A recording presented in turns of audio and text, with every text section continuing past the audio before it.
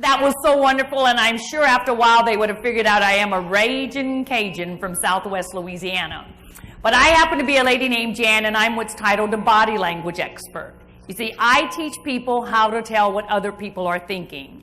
I study how a person moves his hands and his arms and his eyes and his shoulders, and then I interpret that and tell you what's going on inside his head.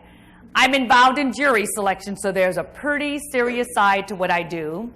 And I specialize in how to tell when someone's telling the truth versus how to tell when someone's telling a lie. So maybe while I'm with you today, I can teach you how to tell when people are lying to you. Better yet, I could teach you how to lie to other people and they won't know. So I could probably teach you just enough to get you in some kind of trouble. I'm going to start off with something quite interesting and fun for you. You see, I watch people in the courtroom every day, and I watch them raise their right hand. And then I listen as they say, I promise to tell the truth, the whole truth, and nothing but the truth. I have gotten to where I watch the way they lift their hand, and I can tell you if they'll tell us the truth or not. So just as an experiment, could you raise your right hand? Let's pretend. Let's just pretend we're sitting there and we're getting ready to say, I promise to tell the truth, the whole truth, and nothing but the truth. Key thing is this, you must freeze your hand right now. Just freeze it. Because I will tell you some things that I see. Some of you will not like sitting by some of the people you're sitting by. I will teach you what we look for in the courtroom, but I need you to freeze your hand so that you can know what you were thinking initially when you were asked to lift the hand. I look for 5 things. Some of you are like this. I mean, see how wide apart my fingers are and look how rigid my hand is? I'll tell you what that says about a person in the courtroom. Some of you have your hand up and your fingers are tight together. I'm going to explain that one to you. I notice some people have their hands bent. I'll tell you what that says about you. Couple of people have 2 fingers together, 2 fingers apart. I am worried about you. And some people even lean their hands back. So keep your hand up so I can tell you what each one meant. This is the very first one. Look how rigid my hand is and look how wide apart the fingers are. When someone is in the courtroom and their hand is this way, this usually says that they are terrified and they will tell us the whole truth. So if ever you have to go, go just like this. Second one, though, is equally as good. If the hand is up and the fingers are tight together, this says that they will tell us the truth, but we will have to pull it out of them. This is called an analytical honesty. Third is probably the most frightening. Anytime the hand is bent, it usually says that they will try to lie to us. So you may want to check on your neighbors right now. Fourth one is also interesting. For the fourth one, I had 2 fingers together and 2 fingers apart. Think about what I initially said. Whenever fingers are apart, it's a readily type of honesty.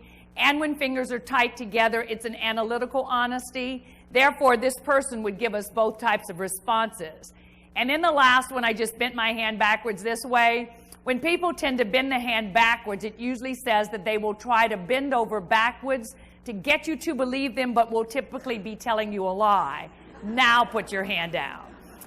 You know what's going to be great about everything you learned from me this morning? Everything you can learn, you can use immediately in your own personal lives. So this evening when you return home and you see your spouse, you may want to say, now, what have you been doing since I've been gone all day? And as your spouse begins to tell you, say, can you finish telling me that story? And just put your right hand up. And look to see if it's this way or this way. That's what my job is that every time a person moves a hand or an arm or an eye or a shoulder, all of this motion is indicative of what that person is thinking. And in reality, a body does not know how to tell a lie. It is a mouth that tells a lie. You find out while we're together that you move your hands a certain way when you're saying something that you know is not honest, and that you move your hands another way when you're saying something that you know is absolutely, absolutely true. I'll start off at first, and I'll give you the percentages so that it sits well with you. This is what the research has indicated to us. 55% of a person's communication is nonverbal. 55%. The moment we see someone, we form an opinion of them and we say, do I like that person? Do I trust that person? Do I even want to do some kind of business with them? 55% of our communication is nonverbal communication.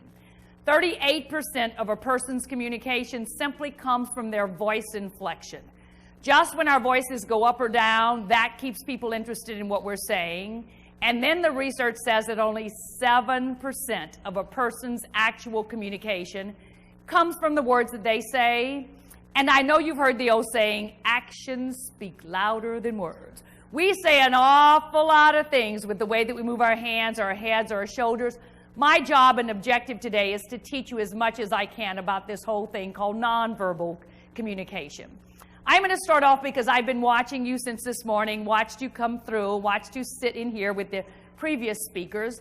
I just want to show you some gestures I've noticed some of you have done. And as I teach you and tell you this gesture, I just want you to tell me if you think it is true or if you think it is false. I will give you a test of 5 gestures. Here comes number 1. Let's say you're talking with someone, predominantly a man. Let's say you're speaking with a guy, and as the guy listens to you, the whole time that he listens, he just starts doing this. He will slowly rub the bottom of his chin this way.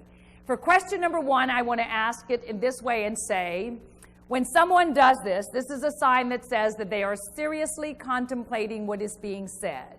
Would you think that that would be true? Do you think that that would be false? What do you think? We'll not give you the answers just yet. You have 5 questions on this exam. Here comes number 2. And I know you've seen this gesture. Number 2 goes this way. Men who constantly jingle the change in their pockets. When a man will constantly jingle the change in his pockets, it is a sign that says that he is quite concerned about his financial condition. Would you think that that one would be true? Do you think that that one would be false? What do you think? I will keep that one in for you. Number 3 is probably the most frightening one that I could ask of you, but I need your opinion, and it goes this way.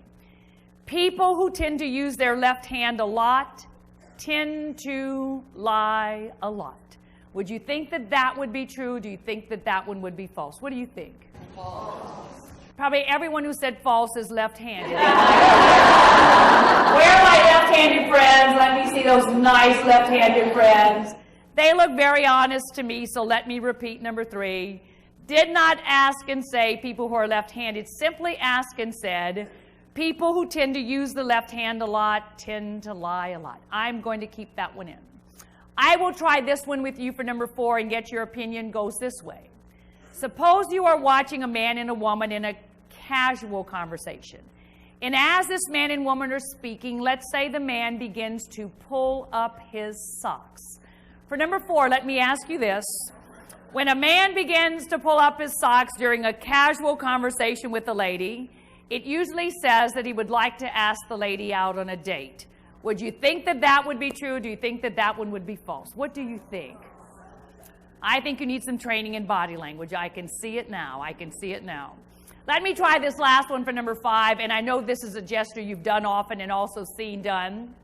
Let's say you're talking with someone, and I imagine when you're talking, watch, your hands go away from your body. Sometimes they come towards your body. Probably some of you have even said, if I could not use my hands, I could not even speak. I'll clarify that before I even ask question number 5. It is perfectly all right to use your hands when you're talking, because watch what happens psychologically. When you move your right hand, or for that matter, anything you move on the right side of your body, all of this motion is controlled from the left side of your head, your left brain. Your left brain, it's analytical, it is statistical, it is factual. Our timetables are on this side of our head. If you are multiplying something in your head and have trouble getting the numbers multiplied, you would end up moving your right hand. It would help clarify what you are thinking, and then you could speak those words. When you move your left hand, or anything you move on this side of the body, all of that, of course, is controlled from the right side of your head. Your right brain, it's creative, it is comical, it daydreams. If you ever drove somewhere and you don't know how you got there, you drove right brain.